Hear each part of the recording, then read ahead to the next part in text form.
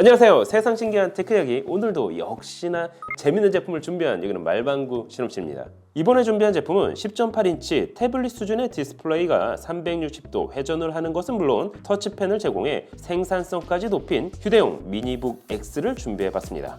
과연 이번 제품은 쓸만하긴 할까? 성능은 또 어떨까요? 작은 노트북을 찾고 계셨다면 오늘 영상을 끝까지 지켜봐 주셔도 좋을 것 같습니다. 궁금하지 않으세요? 그럼 지금부터 같이 한번 확인해 보시죠. 고고고! 자, 오늘 준비한 제품은 추이사에서 제작한 미니북 X가 그것입니다. 개인적으로 관심 있는 브랜드인데요. 그 이유는 수요가 크지 않아 판매성 때문에 꺼려할 만한 미니멀한 디바이스를 지속적으로 제작하고 있기 때문입니다. 지난번에 소개해드렸던 8인치 초미니 노트북 역시 추이사의 제품이었습니다. 그럼 이번 노트북의 디자인부터 확인해 보도록 할까요? 제품의 소재는 알루미늄 합금이 사용됐습니다. 상판에는 추이사의 로고가 우측 상단에 위치하고 있는데요. 제품의 사이즈는 244mm, 166.4mm, 두께는 17.2mm로 작고 슬림하게 제작됐습니다. 중량 역시 918g으로 가볍게 제작돼 있어 작은 가방에 넣고 휴대하기에도 괜찮았는데요. 컬러는 맥북의 스페이스 그레이 컬러와 흡사했습니다. 전체적인 마감 처리 및 디자인은 개인적으로 마음에 들었습니다. 하지만 국내에서 잘 알려지지 않은 브랜드인 만큼 노트북 상단에 위치한 추이 로고는 다소 부담스러울 수 있을 것 같은데요. 그래서 전 말방구 에디션 스티커를 부착해 나만의 노트북으로 완성시켰습니다. 특히 이번 노트북에서 주목할 만한 부분은 바로 디스플레이에 있습니다.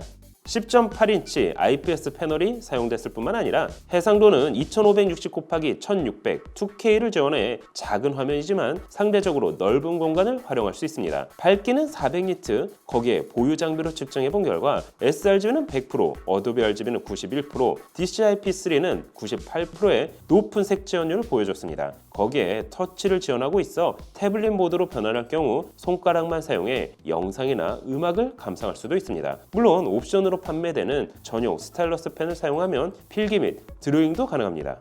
베젤도 얇아 전체적인 사이즈를 더 줄일 수 있었는데요. 하지만 한 가지 디스플레이 우측 상단에 카메라가 위치하고 있어 마치 스마트폰처럼 화면을 가리는 현상이 발생했습니다. 이는 다소 불편했는데요. 아이콘을 가리거나 영상을 감상할 때 카메라 부분은 항시 가려지기 때문입니다. 물론 베젤을 최소화하려다 보니 카메라의 위치를 어쩔 수 없이 선택했을 거라 생각되지만 이럴 거면 카메라를 빼거나 아니면 카메라의 위치를 경첩부가 있는 하단부에 위치했으면 어땠을까 하는 생각이 들었습니다. 하지만 앞서 확인한 것처럼 디스플레이의 색 지원율과 밝기는 마음에 들었습니다. 이처럼 넷플릭스를 감상할 경우 안드로이드 태블릿처럼 터치를 해가며 원하는 영상을 감상할 수 있기 때문이죠. 사운드에 대한 정확한 정보는 나와 있지 않지만 생각보다 볼륨감이 크고 웅장했는데요. 다만 최고 볼륨으로 맞출 경우 바닥면과 닿아서 소리가 일부 찢겨지는 현상이 발생하기도 했습니다. 그만큼 소리가 크다고 해야 할까요? 사이즈는 작아도 동영상 콘텐츠를 감상하기에는 괜찮았습니다. 그럼 이번 노트북의 하드웨어 스펙은 어떨까요?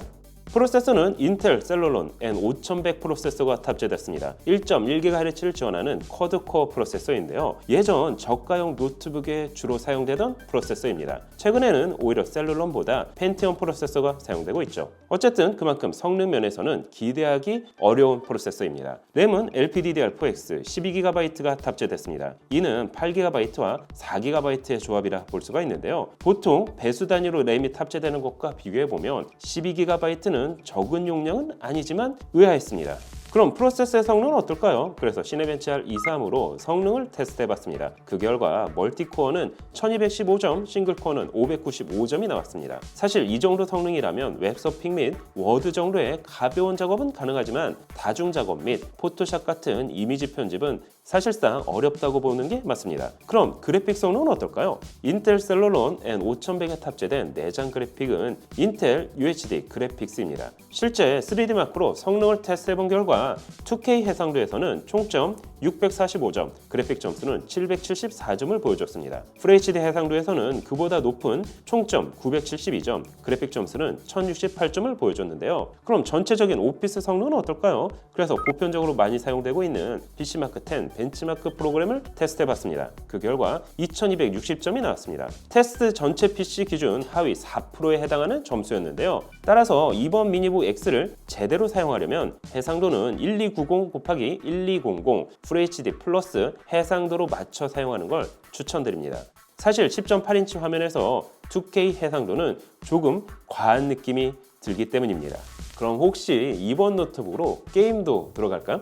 그래서 FHD 플러스 해상도 기준 낮은 옵션에서 리그 오브 레전드를 플레이해봤습니다. 그 결과 최소 29, 평균 50이 최대 69프레임을 보여줬습니다. 아쉽긴 하지만 그래도 리그 오브 레전드는 낮은 옵션에서 가끔 플레이할 수 있을 것 같은데요. 하지만 오버워치의 경우 동일 옵션 기준 훈련장 모드에서 최소 5프레임, 평균 24프레임, 최대 66프레임으로 게임을 즐기기 어려워 보였습니다. 훈련장이 아닌 실제 게임에 들어가면 프레임은 더 떨어질 게 뻔하기 때문이죠. 이번 노트북의 판매가는 해외에서 $599, 원화는 약 71만 원 정도에 판매가 되고 있습니다. 스타일러스 펜을 포함한다면 $619, 원화로 약 73만 원대에 판매가 되고 있습니다.